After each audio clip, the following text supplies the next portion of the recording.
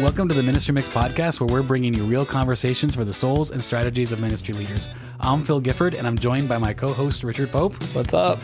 Whether you're a senior seasoned pastor or ministry leader, or just stepping into leadership for the first time, we're here to share stories, insights, practical tips to help you lead strategically while also caring for your souls.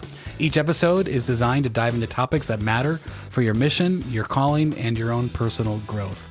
Today, we're talking about criticism. Pause. We're talking about every leader's favorite thing. Criticism. Every leader loves, they just wait. And that's the reason why you get into leadership, especially right? Sundays right after service. That is the best time for criticism. Mm-hmm. If you're listening to this and you're just a member of a church, thank you, welcome. You should criticize your pastor immediatly after his sermon on Sunday. Or just before, too, is also a good time. Just before and after. Why settle for one or the other? Yeah, or have it both. Yeah, part one, part two. When he's preaching, find something else to complain about. If you are a leader, you will be criticized. Yeah, and often. You're going to have to deal with it both relationally. Yeah. You're going to have to deal with it practically as you lead and minister, but also, honestly, spiritually, you're going to have to deal with it. There's a Maxwell quote, and I'm going to butcher it a little bit, but he says that leaders often take a large amount of criticism as a sign that they're doing bad. He said the most criticized leader in history was Jesus Christ. He said, so criticism can actually be a sign that you're being effective. If you're rubbing against people in a way that they don't appreciate.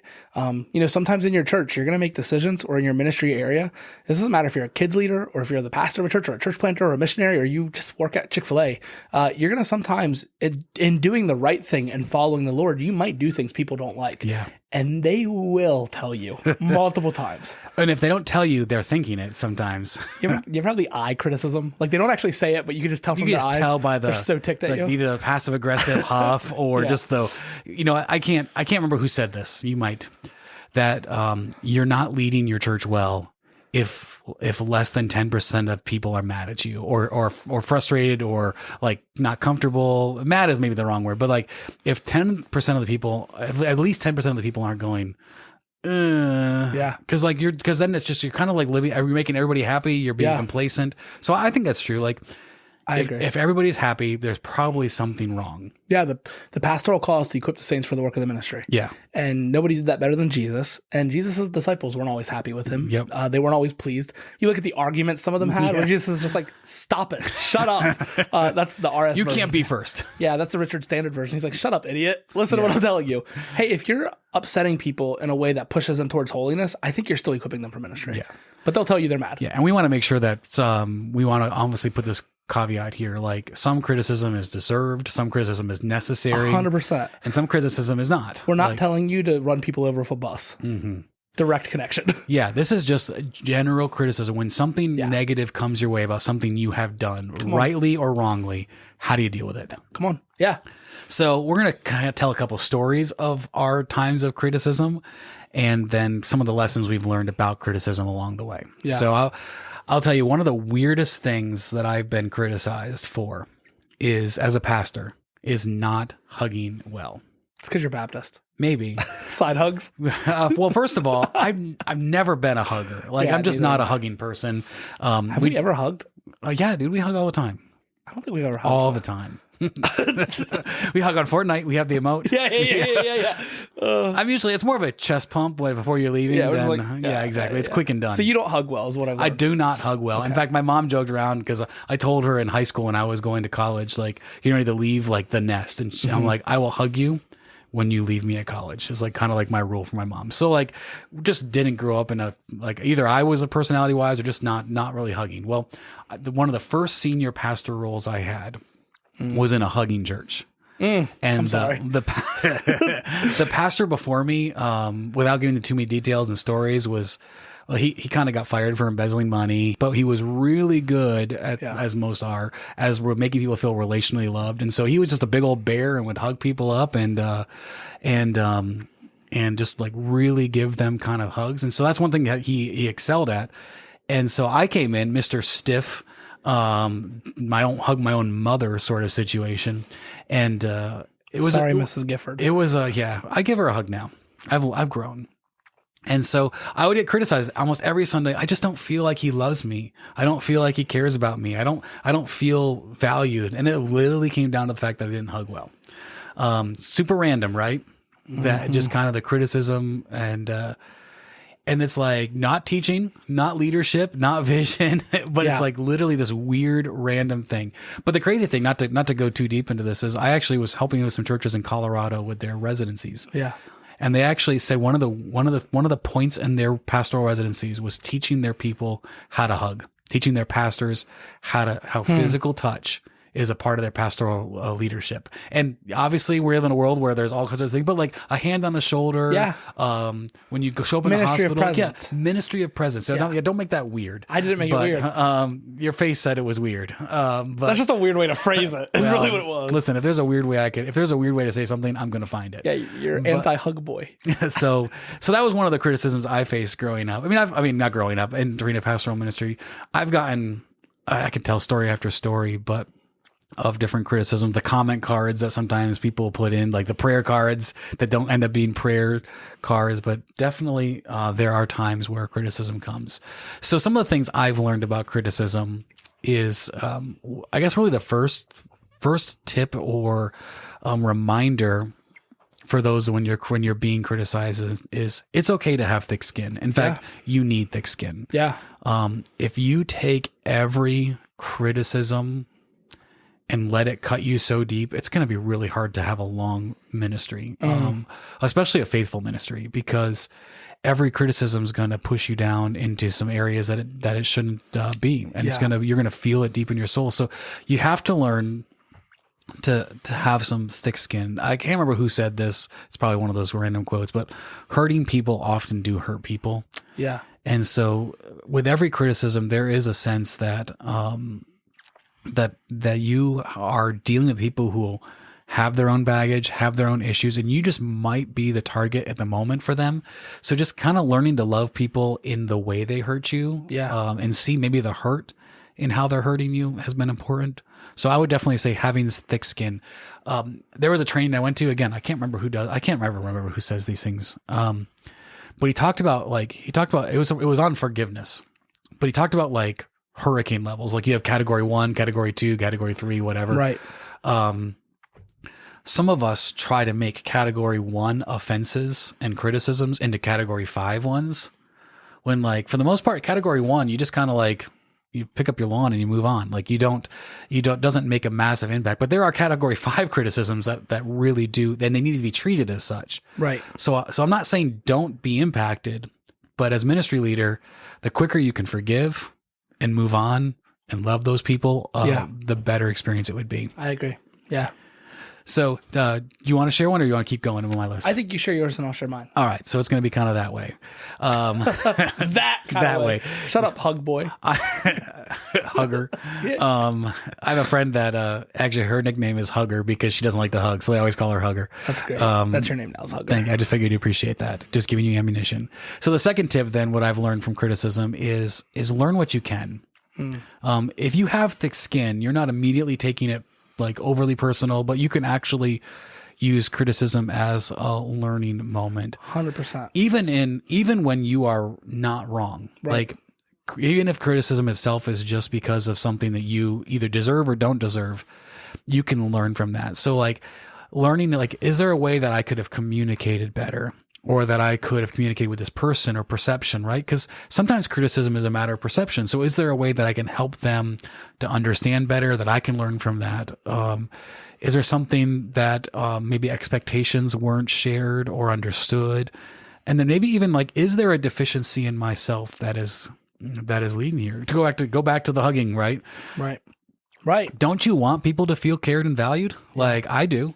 And so maybe there was a deficiency and hugging maybe not been the answer to that, but like we want people to feel cared. So if you just immediately say, well, that's weird. Yeah. And don't listen. Yeah. You're missing the pastoral growth or leadership growth opportunity to say, how can I make sure that this is it's not a barrier to my leadership? Yeah. So kind of learn what you can from criticism. I really do think every criticism, even if it's like 99%, like you're not at fault, there is a 1% lesson there that you can learn. Even if you've done nothing wrong, you can learn you have a moment to learn about how you respond to criticism, how you respond to adversity, which in itself will provide an opportunity for growth. Yeah. I believe that.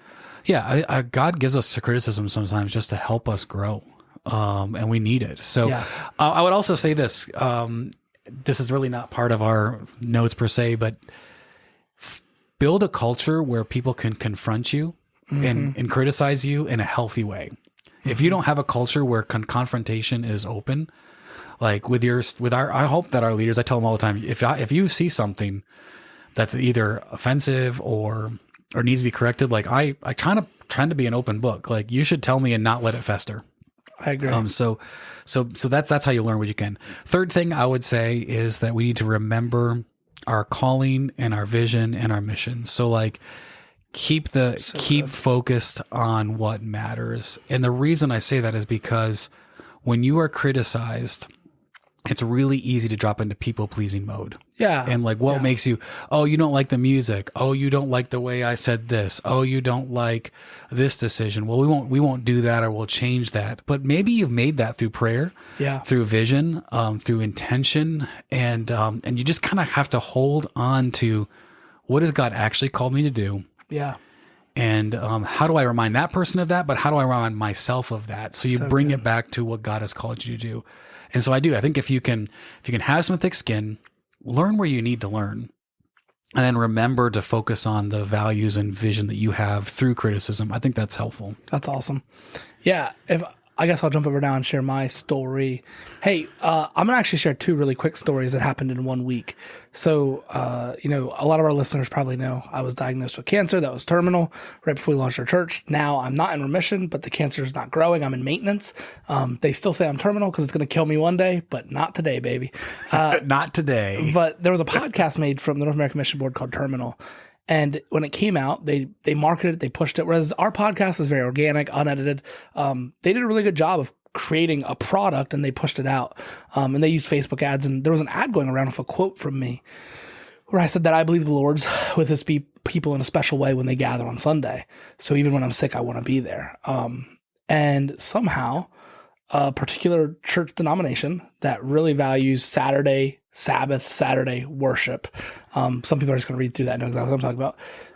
They got like on it. And this watchdog group of like 9,000 people, for a while, my photo was their cover photo on this Facebook group. And it was like heretic. And literally for probably 2 months after that ad started running, I got 20, 30 messages a day calling me a heretic, sending me scripture out of context.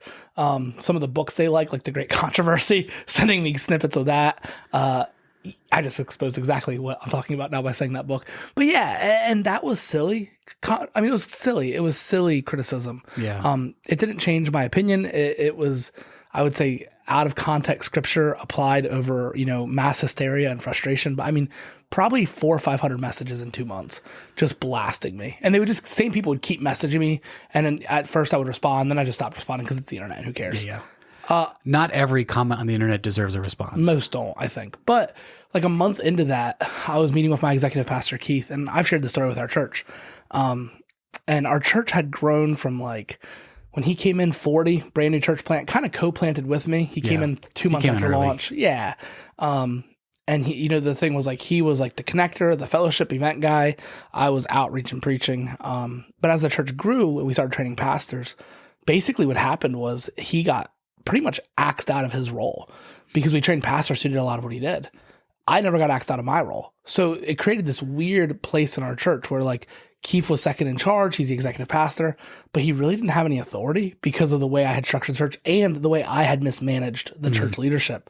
And Keith, he's a smart dude. He's led in every area of ministry that I can think of at some point in his life. 37 years of lay ministry experience, leading kids ministry, leading youth he's group, done everything. Leading small groups, leading small group ministries, starting youth groups, starting Sunday schools, been in a choir. Like he's done a little bit of all of it. So he's like, I would say in the most praiseworthy way, expert in nothing, but like knows everything.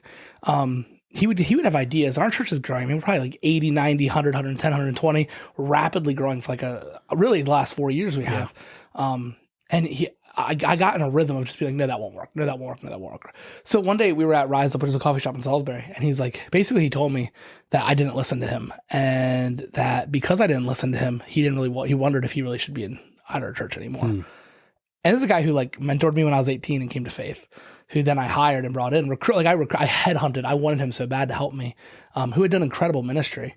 That criticism was valuable. Like there were places in my life you where learned what you needed to learn. Yeah, I was micromanaging. I wasn't listening well to the leaders who I put in positions who I should have like listened to more.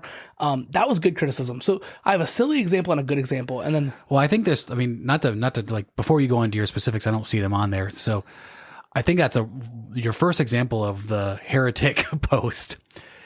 Yeah, is a reminder that as a leader, people will find something to criticize. You would think that a quote on the value of worship on Sunday morning would not get you spam attacked as a heretic, right? Yeah. But that very quote became kind of this weaponized criticism from outside your church. Yeah. And so, but I will say this, the closer the people are to you, 100%, the more hard criticism can feel, but also sometimes how much more you need to listen to. Yeah. So Keith says you need to listen better. Yeah. Yeah. So if I could just share 3 really quickly things I learned out of that. 1, remember your value. It's Jesus, not popularity. Mm-hmm. So what is that? And I want to apply each of these to both stories. So with the weird, freaky people on the internet, it didn't matter what people who weren't in my local congregation, who weren't a part of my ministry, who weren't in my life, who had no value to me outside of like they're made in the image of God, but like there's no value connector. We're not. You're not trying to pastor them. They're not a part of your congregation. They wouldn't want me to, and I wouldn't want to pastor them probably. So like my values in Jesus. And then the thing with Keith, when an older guy that you hired that you look up to tells you you're leading poorly in an area, and him and I were still friends, we're still close, like we're even closer now. It'd have been very easy to just spiral, which I do easily. You know that. Yeah. It's very easy for me to doom spiral and just, I'm a horrible pastor. I should quit. I should go work at McDonald's. I'm on your doom spiral loop, aren't I? You're like number 1 on the list. Text message first. If I don't answer, the deeper it is, the FaceTime's coming through. Yeah, and if it's not that bad, it comes out on Fortnite. That's right. But yeah, like remember my value. My value is not being a good pastor or being a good leader. Like ministry leader, your value is not in how well you lead your church or well your team or your ministry. Yeah. Your value is in Jesus. But in worshiping Jesus, we should strive to lead well. Second thing is this: evaluate your soul. With the Seventh-day Adventists, I said it. Beep, we're beeping that one. With the religious group, that values worship on Saturdays. Yeah. With them, I found that I don't think I was wrong for being annoyed about being like spam blown up every day. But it revealed in me this kind of like those guys are idiots thing. And I was really quick to just completely dismiss them. And I'm not saying I should have like tried to love them through Messenger and befriend them and share Jesus with them. Keith, I got a job for you. Yeah. You are me now on Facebook. But I am saying that it revealed in me that I'm very quick to just throw away people. I remember seeing a local church of that group in my area and just instantly getting mad. And I didn't say anything, but that revealed an unhealthy thing in my soul. So even though their criticism was stupid and weird, it revealed how I responded to criticism wasn't always healthy. With Keith, you can tell a lot about somebody. That's why I cut you off, but like, I want to loop into that because you can tell a lot about your soul health and somebody's soul health by how they're criticized. But with Keith, go ahead. Sorry. Yeah. I think with Keith, same idea, evaluate your soul. Like there were areas I wouldn't say I was in sin, but there were areas where I just wasn't leading well. And I think it was tied to insecurity. Like I was like, if I hand this off, someone might do it better than me. If I hand this off, someone might do it worse than me. So on one hand, I'm a control freak. On the other hand, I'm insecure. Well, yeah. Yeah. But I think that's a lot of pastors. Absolutely. And it helped me like taking the time to hear what he said and then evaluate how do I feel about this? How does it affect me? It was super helpful. This last one, shake the dust off your sandals, go to a new town. Here's the thing. I was never going to win over that religious group on the internet. So to some degree, I think of Jesus' advice. If they won't listen, shake the dust off and just move on. I think sometimes as leaders, we can get too bogged down trying to fix problems that we shouldn't even be addressing. I had a lady, she's not a member of our church anymore, and this is a couple years ago, but she used to complain about the sanctuary, like the way the Connect cards were in the pew holders. every week almost. Okay, I didn't realize that was a thing that could be complained about. Well, that's my point. And they were just, they're hard to reach. Well, I mean, they're not really reach in and grab them. After a while, I was like, this isn't even worth talking about with her. I love her. She's a member of our church, but she complains about it every week. Yeah. And she's been here for a year. So she's not going to stop complaining about it. To some degree, Did you write that on the card? One time, I think so. To some degree, I just had to make the decision to just, it is what it is. Say, hey, we're not going to agree on this. Yeah. We're not going to come to a conclusion. This conversation is not helpful to your soul and mine and the church. Yeah. And so, and the value of the complaint. I remember hearing this once, and I don't know, maybe this is horrible and immature, but I remember hearing someone say, someone who's not invested in the ministry, you shouldn't invest as much time into fixing their stupid complaints. Not serious ones. Not like that's bad theology or I was hurt by you. I'm talking about like, I don't like the color of the carpet. Well, you don't serve here or give here, or you're not a part of what we're trying to accomplish in ministry. Right. So I don't really care. Yeah. Yeah. I think you just have to shake it off. And Jesus said that, like, if a town rejects you, move on. Shake right? it off. Shake it off. Yeah. It's Taylor Swift. Maybe. Her boyfriend's playing football this Sunday. Oh, yeah. We're recording this in February. So it's going to be the Swift Bowl, right? Yeah. I think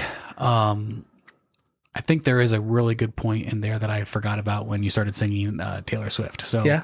But I there comes a point where you have to tell them nicely that this is just not something that I need to worry about. And you're not adding value to your. The quote that came to my mind was actually one by Rick Warren. Or at least I heard Rick Warren say it. Was move with love everybody, but move with the movers. And because you could get bogged down by the critical. And so here's how I took that. You could get bogged down with those who are being critical. You could get bogged down with those who are just nitpicking everything. You need to love those people. Yeah. And care for those people and like not be bitter toward those people. But at the same time, the people that you're going to surround yourself with and do ministry with are the ones that are really bought in and going forward. And when your movers say, hey, Richard, you're not listening well. Amen. You need to listen and you need to ask God. I think overall, my takeaway from this conversation is I think your heart matters in how you take criticism. Yeah. Not only just how you receive it and how it does either damage to your soul, but also just how you grow from it. Like we want to have soft hearts for the people that we lead. And we also want to have protected hearts when we just don't need to get into every single fight. Yeah. So, ministry leader, you will be criticized, but how you're criticized really determines your soul. One more quote from a famous leader. You ready? That I'm not. This leader is actually kind of, I think, no longer at his church and no longer in ministry. So take that how you want to take that. But I heard somebody tell me. I heard him say once at a conference, you can be right, but still be wrong in the way that you're right. And like there's a wrong way to still be right in criticism, to attack the person, to be bitter, to not listen. I just want to be humble when people criticize me, Amen. But also quick to move on. Yeah. So, Amen. Any final thoughts, Richard? Yeah. Be someone who is willing to be criticized. That's so good. But also be able to shake it off when it's not helpful or mattering. What a tension. What a tension between receiving criticism and like soft hearts to I need to receive this criticism, but also like I got bigger things to do and better things to do. I would say soft heart, strong mind. There you go. Yeah, like I care, and there's an emotional like I feel, I care, I love, I value you, but also at times you're gonna have to say, I hear you, but no, right? Hey. Moment on this for the church planters who listen. The biggest thing for me that took away from my church plant in the first really year was people who had really strong opinions about things we were doing. They just should find a new church. And it's not everyone should go to your church. And when you accept that, I think it becomes easier to say, I love you. I value you. I hear you. That's not who we are. Yeah. You have to protect your vision. Yeah. And your values of your church or your ministry area. Because no one else will. And criticism is a direct attack on that. It can be a direct attack on that, especially when it comes to vision differences. So, and just to piggyback on church planters, the people that tend to come to your church in the first few years of church plants, especially church people, tend to come. I heard this said, they come with like a suitcase of expectations and baggage from their previous church, and they'll wait 6 months to a year to unpack it But you better believe that at some point they're going to unzip that suitcase and start throwing expectations at you. So you just have to be somebody that might have been super strategic for 6 months. All of a sudden are telling you need to do this or that. Yeah. You're having one of those unpacking moments that you've got to figure out how you're going to handle. Yeah. So let's take criticism with soft hearts, strong minds, and move forward in the vision God has given to you. Well, thanks for tuning into this episode of the Ministry Mix. If you found today's discussion valuable, we would love for you to subscribe so you don't miss an episode. We'd also love for you to share this episode with somebody. Think about somebody maybe who's dealing with criticism or has dealt with criticism and pass it on to them to help encourage them. We'd love for you to review us on Spotify or Apple Podcasts. Your feedback helps us organically reach more leaders just like you. And as always, if you've got questions, let us know. Connect with us on social media, and we want to dive into topics that matter to you, to your leadership, and to your souls. So until next time, keep leading with purpose and caring for your soul. Peace out. Get it? That's funny because conflict. Peace out. I like it.